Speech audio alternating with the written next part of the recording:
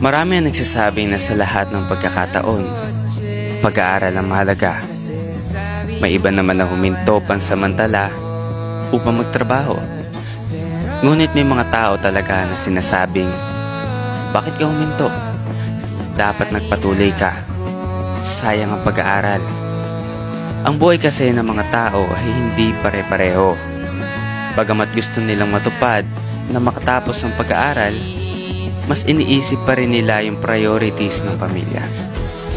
Hindi lahat ay sapat ng financial support para makapag-aral.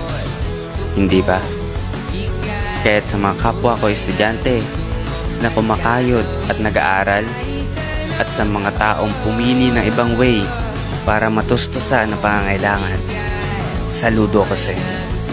Balang araw ang mga pangarap natin ay matutupad. Laban lang!